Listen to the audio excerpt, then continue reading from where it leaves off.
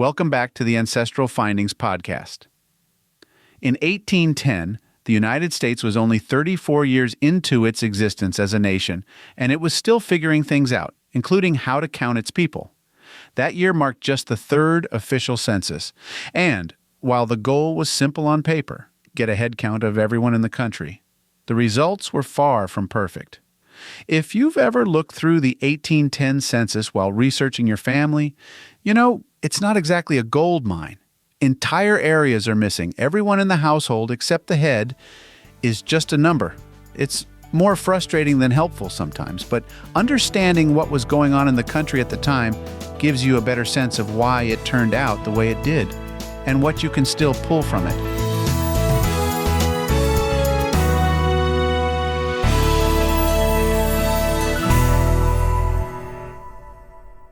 The idea of taking a census every 10 years was written right into the Constitution. The purpose wasn't to document families or preserve history. It was about figuring out how many representatives each state should have in Congress. More people meant more political power. That's what drove the process.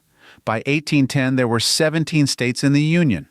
Ohio had recently joined, and the population was starting to spread westward into new territories. The country was in a state of constant growth, but also uncertainty. War with Britain was looming, and internal tensions were building over things like slavery, industry, and expansion. The census was supposed to help sort some of that out. The actual counting wasn't done by trained census workers. It was assigned to U.S. Marshals and the assistants they hired in each district. These were regular folks, many of whom had other jobs. They traveled by horseback or foot, asking questions door to door and writing everything out by hand. There was no standardized form. Every census taker used their own handwritten sheets, copying the format as best they could. 2 copies had to be made, one sent to Washington, and one kept locally, often in the courthouse. That setup made the process messy. Some records were poorly written, others were lost or destroyed. Fires, floods, disorganization, you name it. Entire sets of census returns just vanished.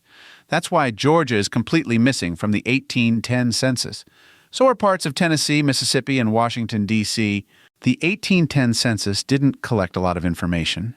You get the name of the head of household, numbers of free white males and females broken down by age, the number of enslaved individuals, the number of other free persons, non-white, non-slave, data about manufacturing or industry in the household. That's it. No names of children, no relationships, no birthplaces, no occupations.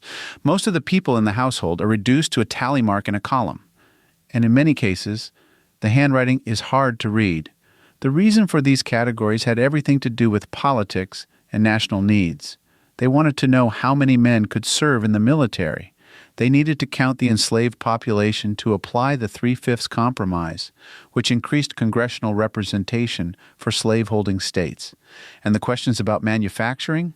That was about war preparations. The government wanted to know how much the country could produce on its own if trade with Europe collapsed. The results were used to adjust the number of representatives each state had in Congress. That's where the real power came in. The census was also used to guide taxes, military planning, and, in a limited way, economic decisions.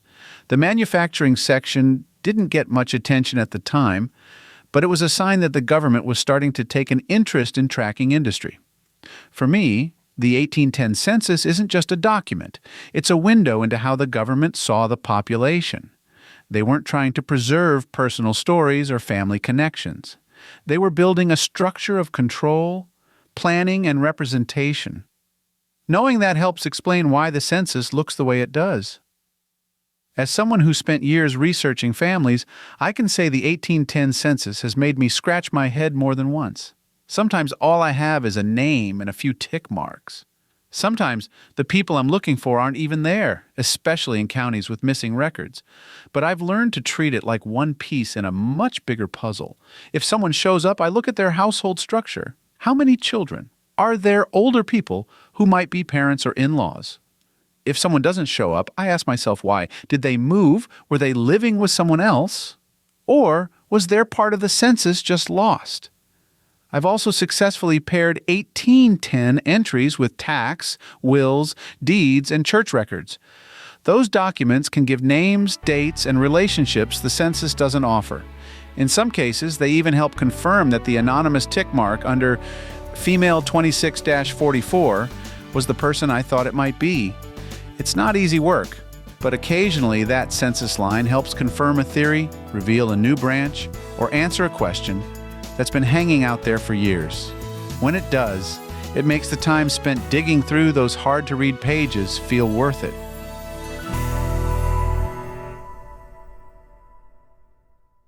Thank you for tuning into the Ancestral Findings podcast. Be sure to visit ancestralfindings.com to grab your free genealogy ebook, ask for a complimentary genealogy lookup, and sign up for our weekly historical postcard giveaway. A special thanks to our Patreon supporters. Your contributions help to anchor our family tree firmly in the ground, allow our lineage to fly high, and keep our journey through history on the right path. Wishing you a fantastic day and happy searching.